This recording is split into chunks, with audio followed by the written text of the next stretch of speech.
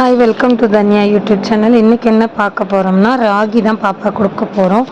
ராகியில் இவ்வளோ இருக்கா அப்படின்னு நீங்களே ஆச்சரியப்படுற அளவுக்கு நிறைய பெனிஃபிட்ஸ் இருக்குது. குழந்தைங்களுக்கு 6 மந்த்ஸ்லேருந்தே கொடுக்கலாம். இதில் என்னென்ன பெனிஃபிட்ஸ் இருக்குதுன்னு பார்த்தீங்கன்னா, ஹை ஃபைபர் இருக்கிறனால கான்ஸ்டிபியூஷன் ப்ராப்ளம் வராது.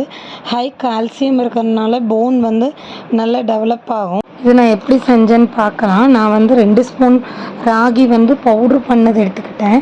இது நாங்களே வாங்கி கழுவி எடுத்து 2 நாள் காய வச்சு 2-3 நாள் காய வச்சோம். 3 தடவைக்கு மேலே கழுவி எடுத்து அது மேலே வர வேஸ்டேஜ் எல்லாம் எடுத்து போட்டு நல்லா காய வச்சு அரைச்சி எடுத்து வச்சுருக்கோம். நாங்கள் இதில் ஏத்தக்காய் பவுட்ரு கூட சேர்த்து போடுவோம். இன்றைக்கி நான் ராகி மட்டும் போட்டு எப்படி செய்யணும்னு சொல்கிறேன். 2 ஸ்பூன் ராகி எடுத்துகிட்டு அந்த ராகி மூழ்கிற அளவுக்கு தண்ணி ஊற்றிக்கோங்க. ஊற்றிட்டு அதை லைட்டாக கிண்டி விட்டுருங்க. ஏன்னா அந்த மாவு தண்ணிக்குள்ளே ஊறட்டும். அப்போ தான் நம்ம ராகி பால் எடுக்க முடியும். அதுக்கப்புறம் நான் பனங்கல்கண்டு இல்லைன்னா கரும்பு சக்கரை போட்டு தான் கொடுப்பேன். பனங்கல்கண்டு ஒரு குண்டால் எடுத்து அந்த பனங்கல்கண்டை கழுவி எடுத்துக்கிட்டேன். கழுவி எடுத்து மறுபடியும் போட்டுட்டு கொஞ்சம் அந்த பனங்கல்கண்டத்தில் தண்ணி ஊற்றி வச்சுக்கிட்டேன். ஏன்னா இது ஊறுற வர இருக்கட்டும்னு. ஏன்னா அந்த பனங்கல்கண்டு கொஞ்சம் ஊறி இருக்கும்ல, அதனால ஊறட்டும்னு சொல்லிட்டு அதுக்கப்புறம் நம்ம இந்த ராகியை எடுத்து வச்சுருந்தோம்ல அதை நல்லா நம்ம கிண்டி விட்டோம்னா பால் மட்டும் மேலே மிதக்கும். அந்த மட்டியெல்லாம் கீழே போயிடும், பால் மட்டும் இருக்கும். நல்லா 2-3 தடவைக்கு மேலே கிண்டி விட்டுட்டே இருக்கலாம். இதே நம்ம ராகியை எடுத்தோம்னா மிக்சியில் அரைச்சி அந்த பாலை மட்டும் எடுத்து கிண்டுற மாதிரி இருக்கும்.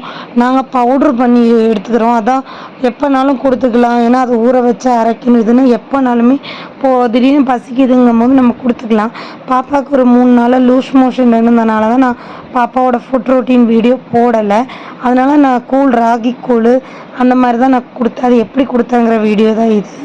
நான் நல்லா கிண்டி விட்டு போகிறேன். த்ரோட் இன்ஃபெக்ஷன் கொஞ்சம் அட்ஜஸ்ட் பண்ணிக்கோங்க.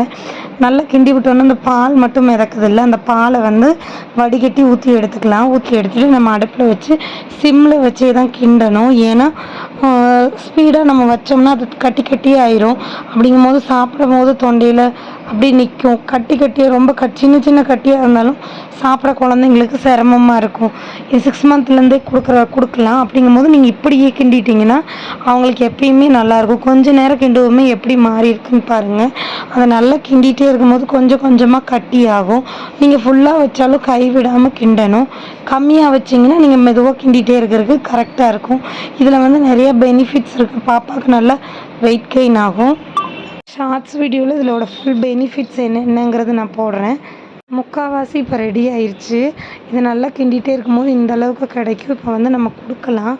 எப்பயும் ஊற்றுற பவுலில் அவளுக்கு ஒரு பவுல் ஊற்றி ஆஃப் பண்ணிவிட்டு எப்பயும் ஊற்றுற பவுலில் ஒரு பவுல் ஊற்றி அவளுக்கு கொடுத்தாச்சு. இந்த அளவு இருக்கணும். வீடியோ பிடிச்சா மறக்காமல் சப்ஸ்கிரைப் பண்ணிடுங்க. தேங்க்யூ.